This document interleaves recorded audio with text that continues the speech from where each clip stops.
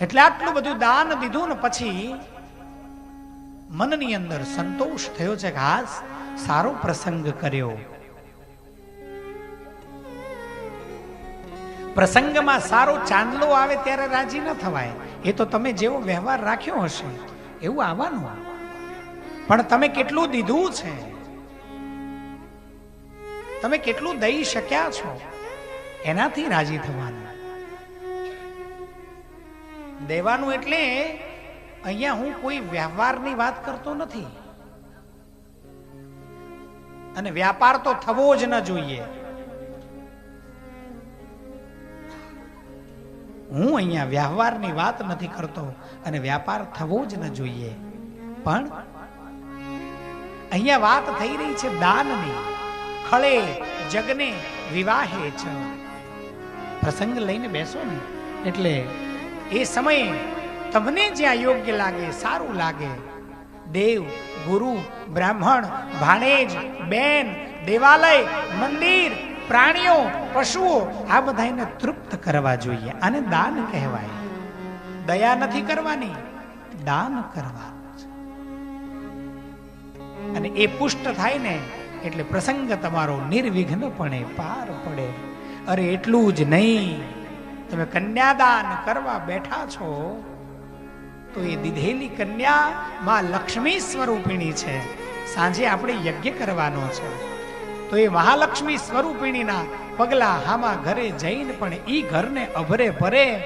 અને જેમ દીકરી આપણી આપણા ઘેર સચવાતી હતી ને એટલી જ હામથી ઈ દીકરી હામા ઘરે પણ હચવાય. કૃષ્ણ કનૈયા લાલ કી જય. થોડો સમય વીત્યો.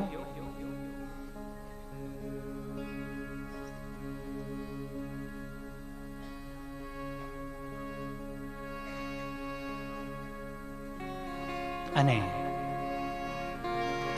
કંસને ખબર પડી, જોગમાયાએ જે સમાચાર આપ્યા હતા,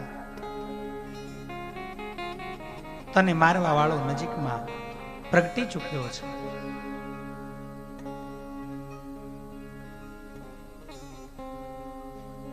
સૌથી પહેલી બકાસુરની બહેન બકી, એનું નામ પૂતના.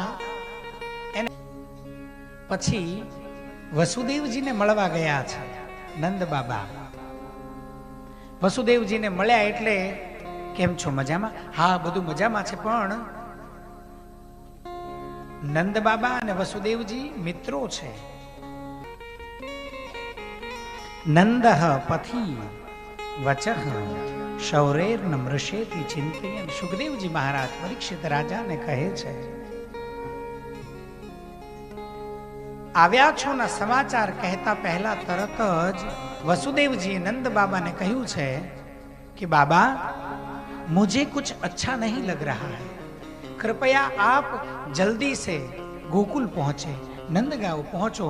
અને આવા સમાચાર નંદના કાનોમાં પડ્યા અને એમણે મળ્યા ન મળ્યા, હાથ મિલાવ્યા ન મિલાવ્યા, અને ત્યાંથી ગોકુળ તરફ ઉતાવળા પગે ગાડાને હંકાર્યા છે.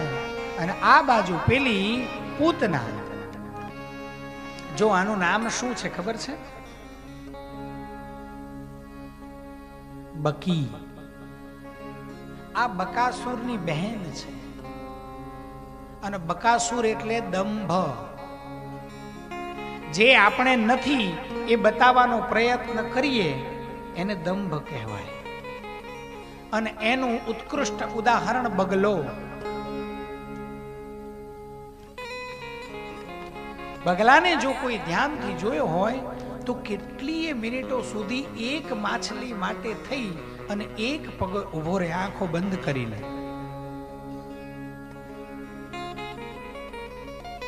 આપણને એમ લાગે કે ભગવાનના ધ્યાનમાં મગ્ન છે,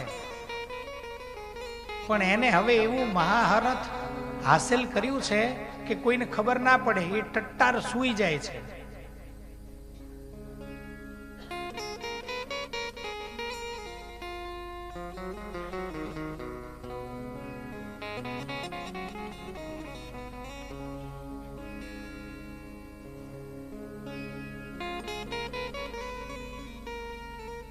અને પૂતનાનો દરેક ગામમાં ફરતા ફરતા ફરતા આવી અને નંદગાંવની અંદર પ્રવેશ થયો છે. આનું નામ પૂતના કેમ? તો શાસ્ત્રકારો કહે છે, આચાર્યો કહે છે, પૂતમ એટલે પવિત્ર, ના એટલે નથી. જે પવિત્ર નથી, જે અપવિત્ર છે, એટલે આનું નામ પૂતના. બીજું નામ આનું બાલઘાતીની. આ નાના નાના છોકરાઓને મારી નાખે છે, એટલે બીજું નામ આનું બાલઘાતીની છે. અને વળી પાછી દંભ કરવા વાળી છે, એટલે અત્યારે પોતાના સ્વરૂપને બદલીને આવી છે. અને અહીંયા કહે છે, સુખદેવજી મહારાજ પરીક્ષિતને કહે છે,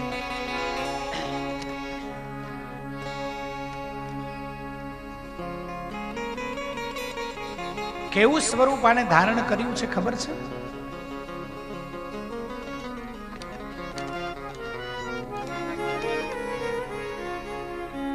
મહાલક્ષ્મી જેવું લાગે છે.